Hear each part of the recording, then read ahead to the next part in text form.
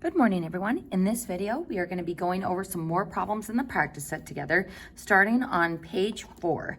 So we already went through most of this third problem together, but now that we have looked at symmetry, discontinuities, and end behavior, we're going to see what that looks like for this graph. So first, thinking of symmetry, does this graph have even, odd, or neither symmetry?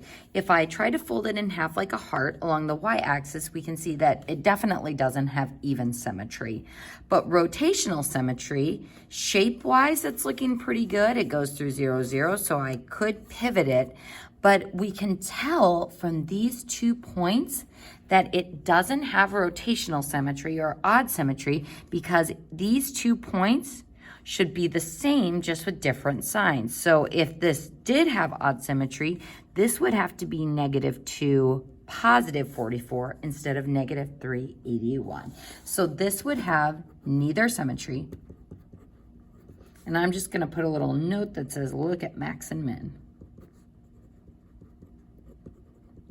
because that's how we can tell that it is not odd. Now for the end behavior of this one does not have any asymptotes. So when we find the end behavior, as x goes towards -infinity, what is my function doing? My function is heading down towards -infinity.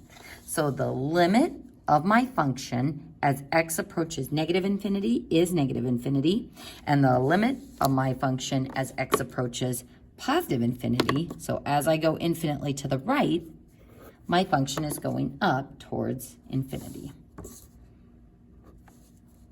And sorry, that kind of looks like a minus sign there. That is just regular infinity.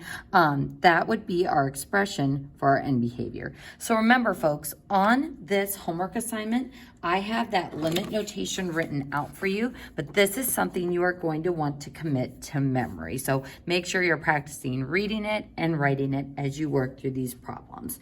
Folks, next we are going to go to the next page.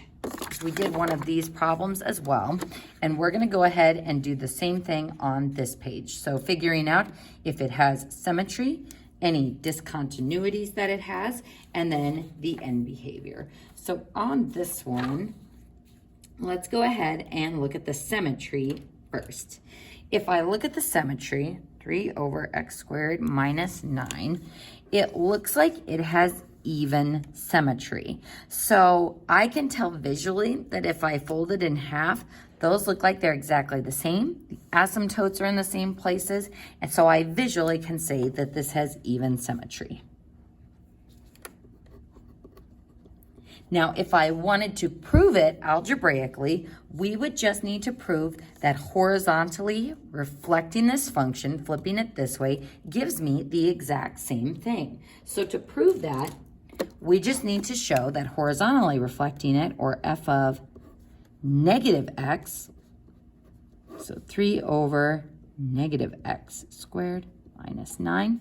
And what we find is that -x squared just gives me x squared minus 9. So, oops, sorry, you guys can't see that.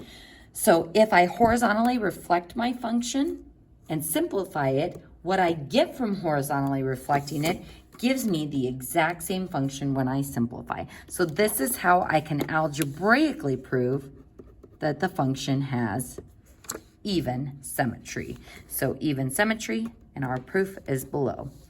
Discontinuities. So folks, do we have a discontinuous graph? Can I draw this whole function without lifting my pen? The answer is no. So it is discontinuous.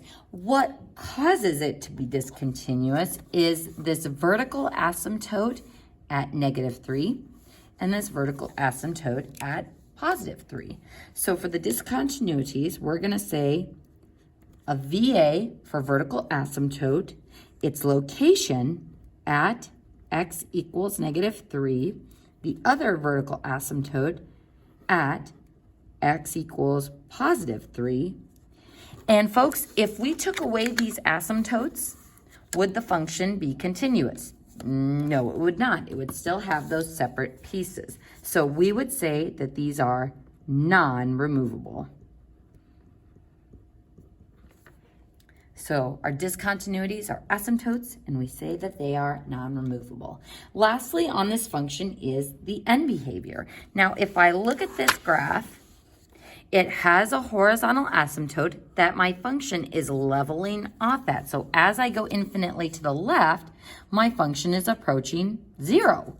As I go infinitely to the right, my function is also approaching 0. So because of that asymptote, my function is approaching the asymptote's location at 0. So that would be my end behavior. So folks, in the next video, we're going to be doing a few more problems from the practice set together, but I want you to go ahead and try as much as you can of those problems first. So the problems we're going to be doing together are this problem, the third problem on this page, right next to this one, the 4 minus x squared over x, and make sure you enclose that top part in parentheses. And then on the previous page, the first problem and the second problem. So folks, what I would like you to do is try these problems, and actually we're gonna do the fourth one on this page too. So I would like you to try these problems on your own first, but then I'm gonna be doing a walkthrough of these problems to kind of explain how to do them.